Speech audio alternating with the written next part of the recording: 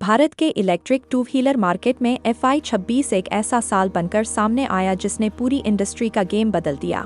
जहां एक तरफ TVS मोटर कंपनी ने 44% की जबरदस्त ग्रोथ के साथ लगभग 3.4 लाख यूनिट्स बेचकर खुद को एक भरोसेमंद और तेजी से उभरता हुआ लीडर साबित किया, वहीं दूसरी तरफ कभी मार्केट पर राज करने वाली ओला इलेक्ट्रिक की बिक्री 52% गिरकर लगभग 1.6 लाख यूनिट्स तक सिमट गई। और यही गिरावट एक बड़ी कहानी बताती है, हाइप बनाम भरोसा की कहानी। इस पूरे घटनाक्रम को समझने के लिए हमें थोड़ा पीछे जाना होगा, जब भारत में इलेक्ट्रिक स्कूटर्स का ट्रेंड तेजी से बढ़ रहा था और ओला इलेक्ट्रिक एक क्रांतिकारी स्टार्टअप के रूप में उभरी थी, जिसने अपने फ्यूचरिस्टिक डिजाइन, स्मार्ट फीचर्स और एग्रेसिव मार्केटिंग के दम पर लाखों ग्राहकों को आकर्षित किया। लेकिन समय के साथ वही ग्राहक एक्सपीरियंस धीरे धीरे डिससैटिस्फैक्शन में बदलने लगा, क्योंकि कई यूजर्स ने सर्विसिंग डिलेस, स्पेयर पार्ट्स की कमी और आफ्टर सेल्स सपोर्ट की खराब क्वालिटी जैसी समस्याओं की शिकायतें करना शुरू कर दिया, जिससे ब्रांड ट्रस्ट पर सीधा असर पड़ा। और यही वो मोड़ था जहां ट्रेडिशनल कंपनियां जैसे TVS ने इस मौके को पहचाना और अपनी स्ट्रैटेजी को मजबूत किया। TVS ने अपने iQube जैसे स्कूटर्स के जरिए सिर्फ प्रोडक्ट नहीं बेचा, बल्कि एक भरोसा बेचा, एक ऐसा भरोसा जो सालों की लेगेसी, मजबूत डीलरशिप नेटवर्क और रिलायबल सर्विस सिस्टम से बना था।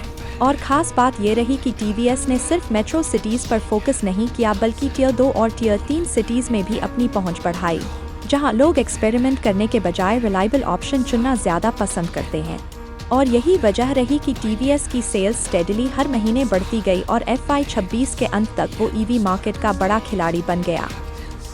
दूसरी तरफ ओला इलेक्ट्रिक लगातार अपने इश्यूज से जूझता रहा।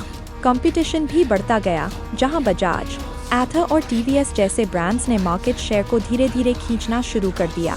और ओला जो पहले नंबर 1 की पोजीशन पर था, कई महीनों में टॉप 5 तक गिर गया, जो अपने आप में एक बड़ा संकेत था कि मार्केट अब बदल चुका है।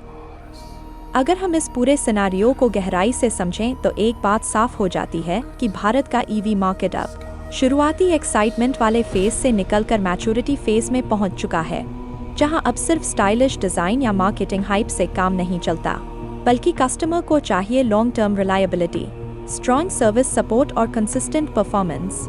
और जो कंपनियां ये दे रही हैं, वही आगे बढ़ रही हैं। इस कहानी से एक और बड़ी सीख मिलती है कि किसी भी नई टेक्नोलॉजी या मार्केट में शुरुआत में हाइप बनाना आसान होता है, लेकिन उसे सस्टेन करना सबसे मुश्किल काम होता है। और जो ब्रांड्स कस्टमर ट्रस्ट को मेंटेन नहीं कर पाते, वो धीरे धीरे पीछे छूट जाते हैं, चाहे उन्होंने शुरुआत कितनी भी स्ट्रॉन्ग क्यों न की हो।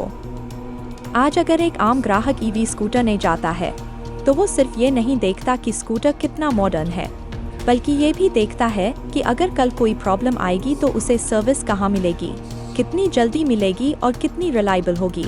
और यही माइंडसेट शिफ्ट TVS जैसे ब्रांड्स के लिए सबसे बड़ा एडवांटेज बन गया। आने वाले समय में EV मार्केट और भी कम्पिटिटिव होने वाला है, जहां नई टेक्नोलॉजीज, बेहतर बैटरीज और प्राइसिंग वॉर्स देखने को मिल सकते हैं। लेकिन जो कंपनी कस्टमर एक्सपीरियंस को सबसे बेहतर बनाएगी, वही असली विनर होगी।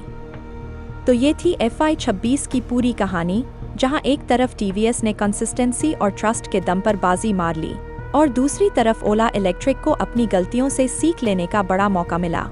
अब देखना ये होगा कि आने वाले सालों में क्या ओला वापसी कर पाएगा या फिर TVS अपनी लीड को और मजबूत करेगा।